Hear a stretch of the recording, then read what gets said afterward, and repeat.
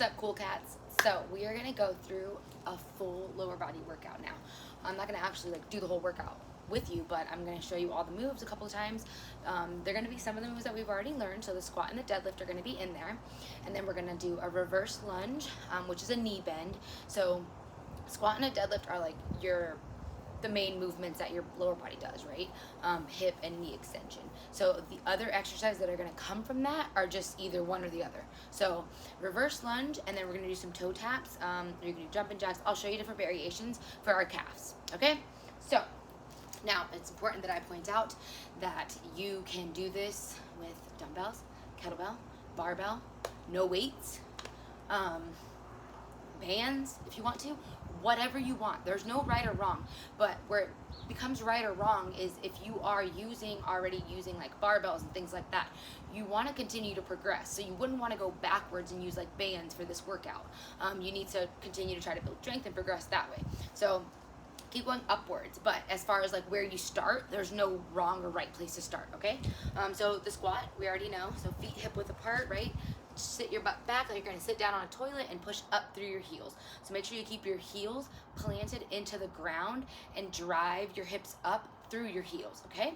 So try not to be up on your tippy toes like this. So when we get down here, this thing kind of tends to happen. So that's a no-go.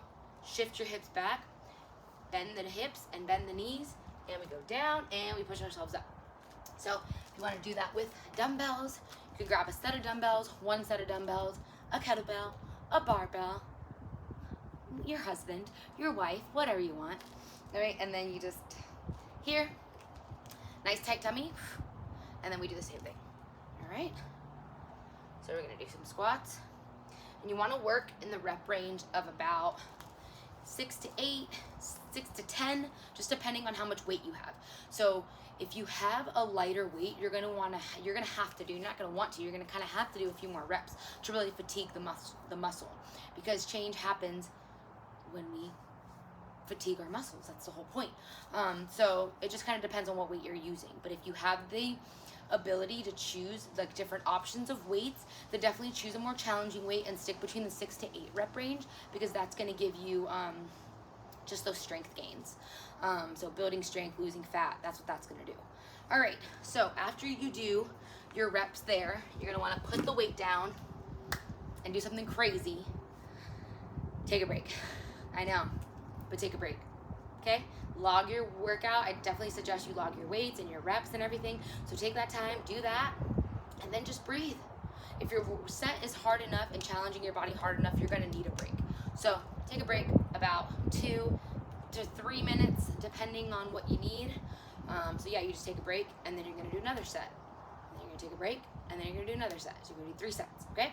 Now once you're done with that, then you can take a break again and then go to the next exercise. So we're not gonna do this in like a circuit style. So the next exercise after you've done all 3 sets of that is gonna be a hip hinge. So we're gonna go straight into a deadlift, butt back, right? Like we've done a few weeks ago. So again, you can use your dumbbells, and remember, so you're gonna hinge at the hips, a nice flat back, and your knees are gonna stay unlocked, but they're gonna be slightly bent, okay?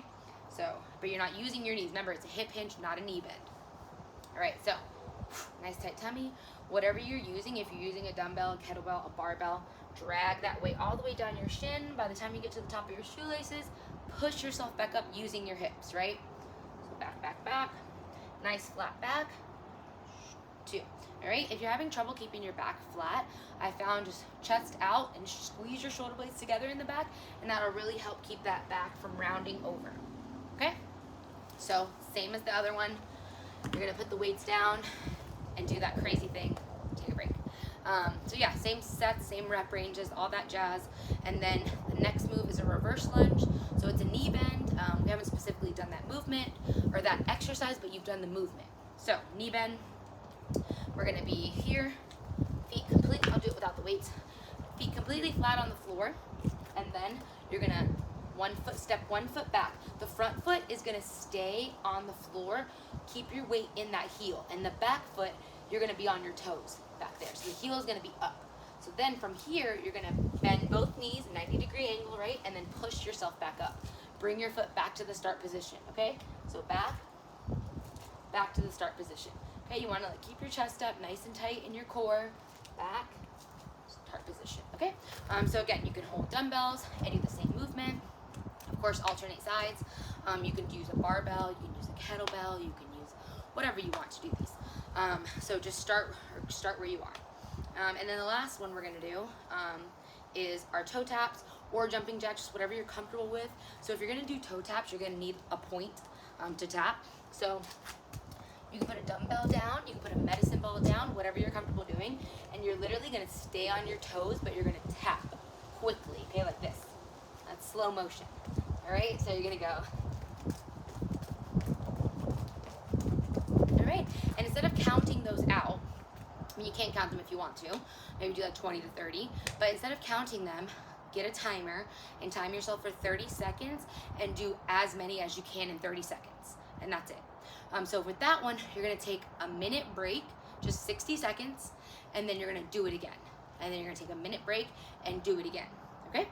If you aren't comfortable with the toe tap action, then you can just do jumping jacks, stay on those toes, so we get some of those calves working. So yeah, this is our first week of a full workout, so we're gonna see how we do. Obviously, shoot me a message if you have any questions, and let's get strong, people.